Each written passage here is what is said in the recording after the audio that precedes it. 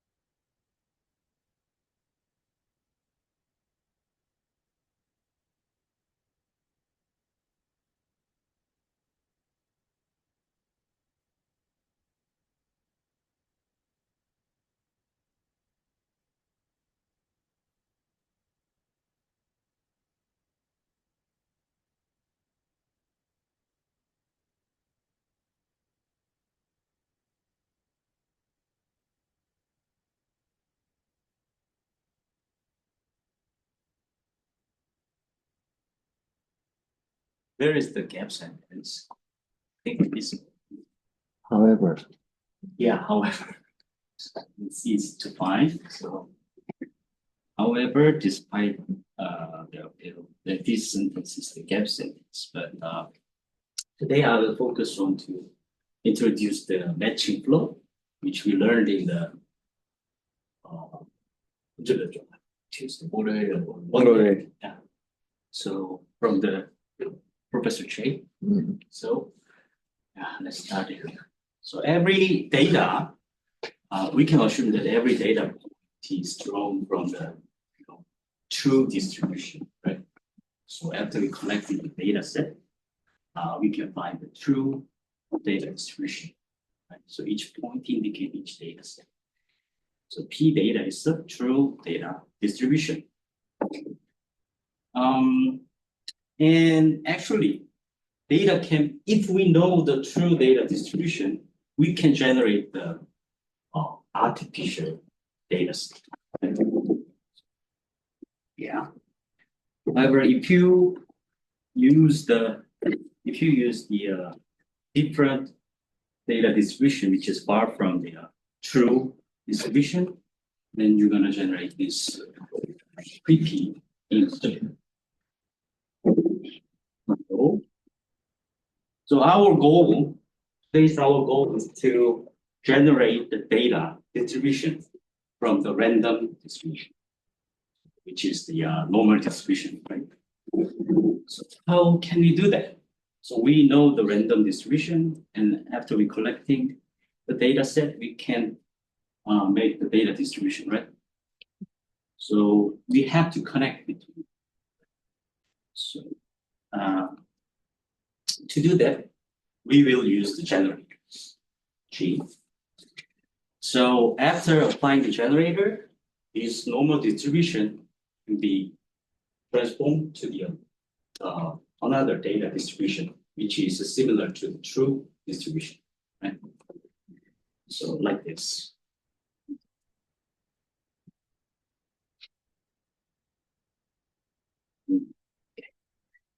So actually, we can think that this generator as the data transformer, right?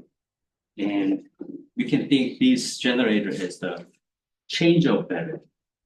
So we change the variable from z to the x after applying the generator g. So g generator have a set of parameter. So if you want to transform the data distribution, then we have to rescale each variable, right? So for example, so actually you can think that the generator act like some kind of action to squeeze, stretch the distribution, right? And so first we have this scalar distribution. And then after we apply the generator, let's assume that we obtain this skewed shape. And okay, the area is changed, right? Area is changed. However, basically we deal with the density function, probability density function. So total amount of the probability density is the same, even if you change the ordinate.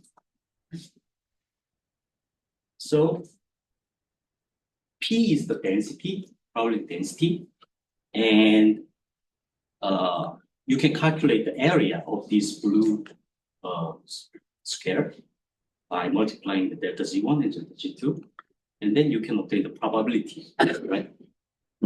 And even after the transformation, this amount will be preserved. So, what is the area of this shape? So, this is the determinant of this matrix. So x11, x21. And I told you the probability should be preserved. So the multiplication of this probability and the area should be preserved. After the rearrangement, this equation, we can obtain the Jacobian for the change of the variable. And after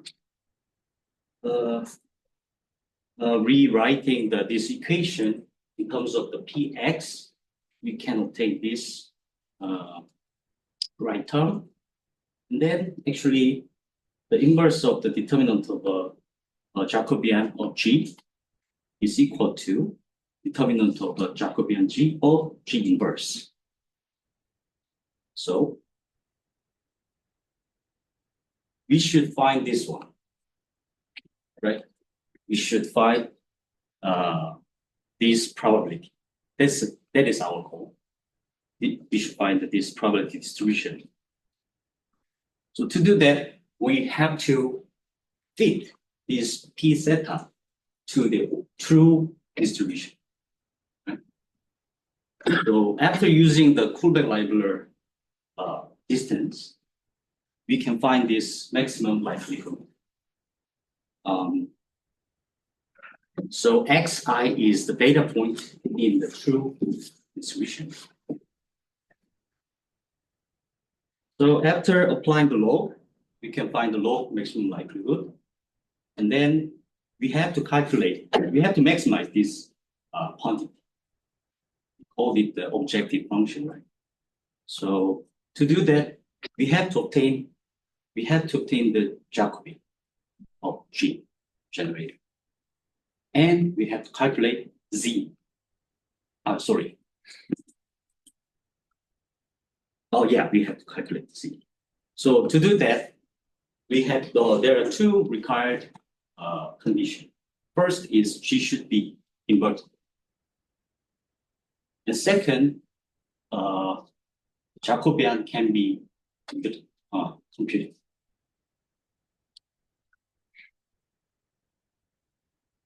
Okay, so if you obtain the Jacobian and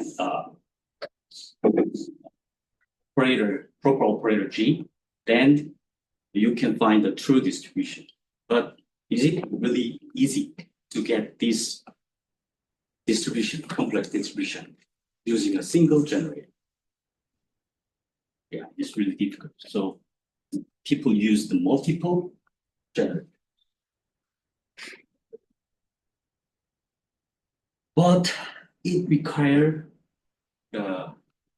heavy computation because we have to compute all the Jacobian for each step, for each generator. So it'll be slow. So, but rather than calculating Jacobian, there's another concept, the residual flow. So we can think this iterated step as the dynamic curve step, right? And the dynamic system. So after time t, this p base is transformed to p1, and after time delta t, this will be changed to this P2 distribution, right? So after time delta, we can update this point xk to the xk plus 1. So we can rewrite this formula like this, and when the delta goes to 0,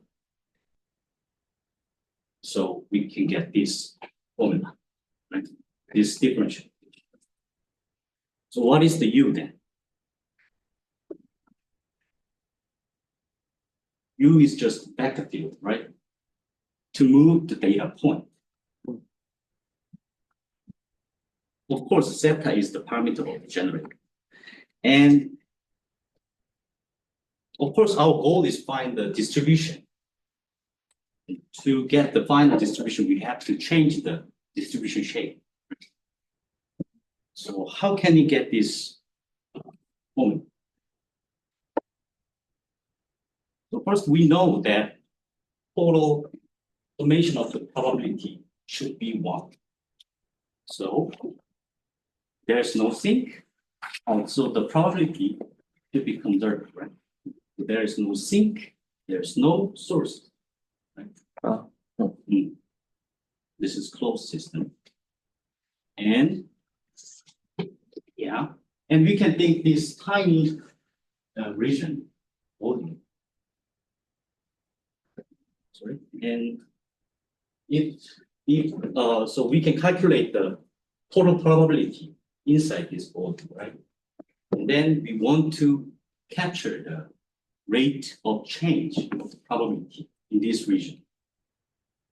So actually, this is equal to negative total flow entering or leaving through this boundary X, right?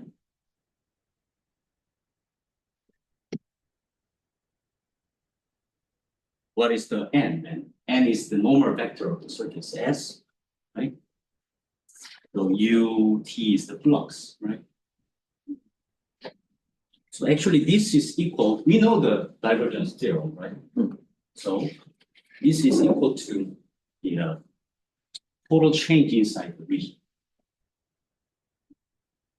So if we ignore this integral term, then we will get this equation. This is a continuity equation.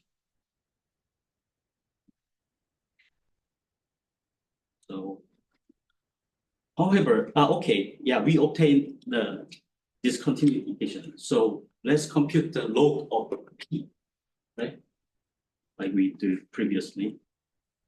But if you want to calculate the log of P1, then you have to calculate this integral. Right? So this requires a lot of computational resource. So rather than calculating the log maximum likelihood, we can just match the flow. We can find the flow of U, right? So this is the loss function of the flow matching. What is the variable? So E is the expectation, indicating expectation, and the PT is the probability distribution at the time T. And V is the neural network system. And UT is the vector, which we apply. So we know the initial state and the final terminus distribution and the final distribution. However, we don't know the probability and the vector, right? So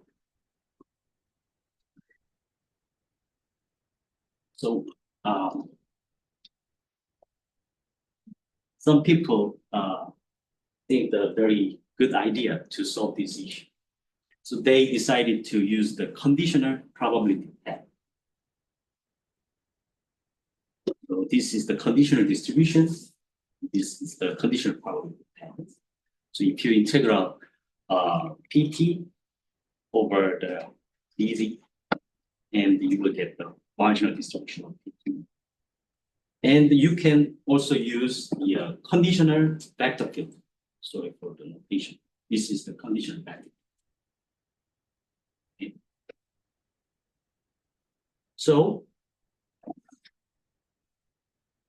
let's decide the conditional probability paths arbitrarily. Of course, we have to this equation have to satisfy the first and final state, right? So if you plug in 0 into t, then the mean is 0, and the standard deviation should be 1, right? Which is corresponding to the p base, right? So if you plug in the t 1 to the t, then you will get, we know, x1 and 1 standard deviation of sigma, right? Which is corresponding to this. And simply you can decide the u like this. This is just the force to move the data point from x0 to the x1. Usually can decide this. So is this okay?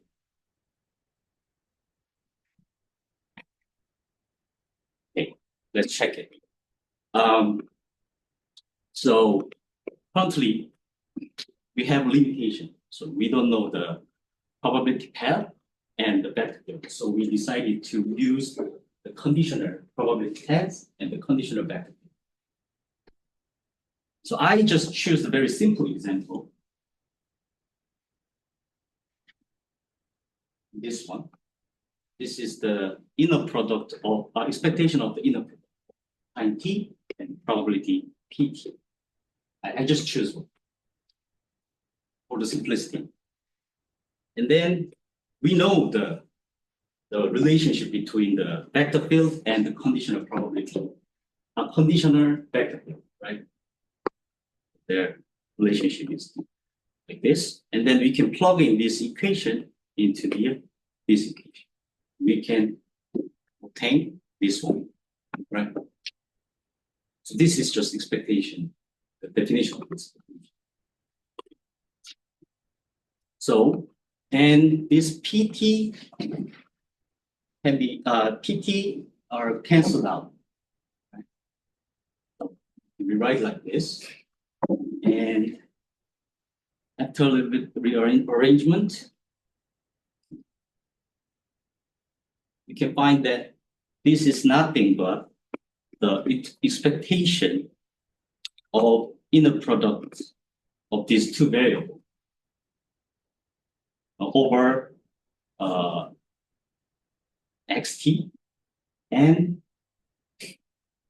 we can take the expectation of this variable of x1. This because we have these two.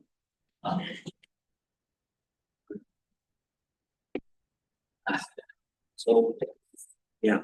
Now, therefore, these two expectation values is equal, right? They're equal. So let's expand this equation to the arbitrary function. Okay, so you can define any arbitrary function, and it is already proved that this condition, this equation is this equation is already proved. So you can find this in the paper. Okay. So anyway, we can expand. So anyway, we know this, and then let's apply the gradient to the loss function, objective function, to the objective function of flow matching and objective function of conditional flow matching. You will get these two equations. So what is the difference in these two gradient equations?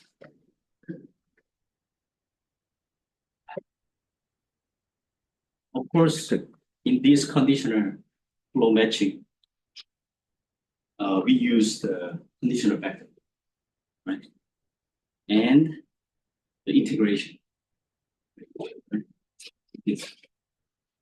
And actually, if you think this as function f, then this condition satisfies this equation. So we can think, oh, these two are equal. Okay.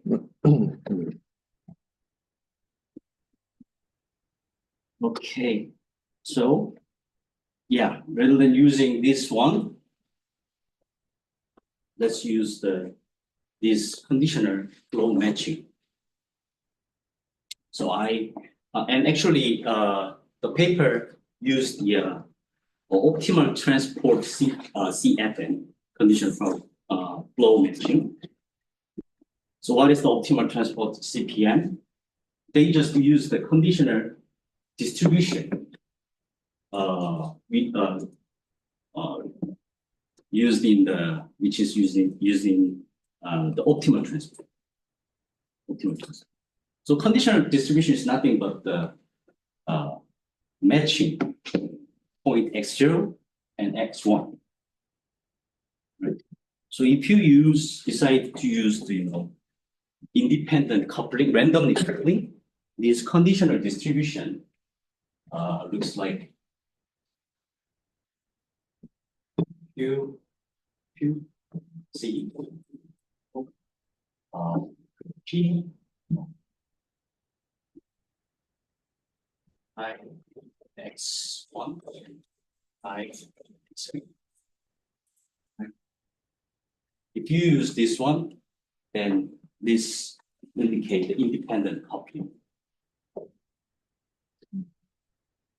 And then they use the very simple conditional probability path, this one, and they set the vector field like this to minimize the calculation.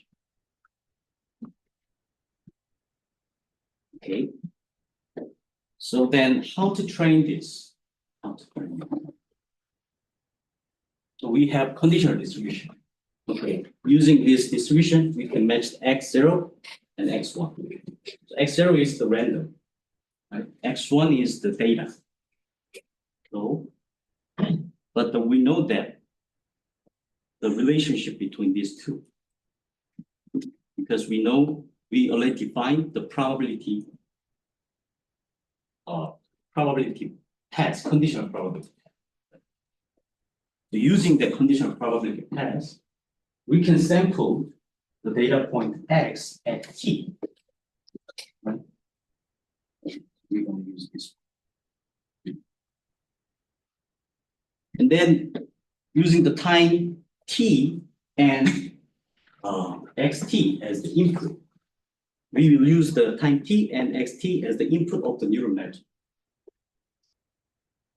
And we're going to train this using the conditional vector. We will find parameter theta to satisfy this equation, to maximize this, to minimize this equation. Right? So that's it, actually. Do you have any question?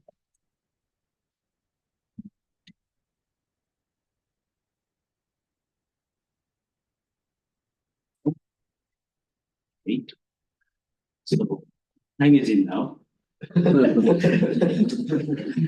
Okay. 24. Okay. Can you recall? So yeah, after the training, if you use the input as of this random distribution, then you can rebuild this data distribution. So you can generate it. So this one is obtained when you use the independent coupling. So it looks efficient, right? But if you use the optimal transport to match the two points, then will get this trade. So actually they use this algorithm. So first they decompose, and actually this is the negative binomial distribution, and they decompose the count data into the library size factor and the gene ratio. So what is the size factor? Size factor is the total gene expression of each cell. Right? And so you can obtain the gene ratio of each cell by dividing that total gene amount, right? So that is corresponding to the softmax gene. So actually they use this gene ratio to train the vector field. So they obtain this vector field V. And then they generate the single cell sequencing data. So this one is obtained by the flow matching, conditional flow matching. So blue data point is a real data point, and this yellow, orange data point is indicate that they are generated data. So if these 2 points are well mixed, then that indicate that this framework worked well. Right? So what's your opinion? Is it well mixed here? Compared to the other 3 different methods? Well mixed? Okay. And this is a result of individual people. They show the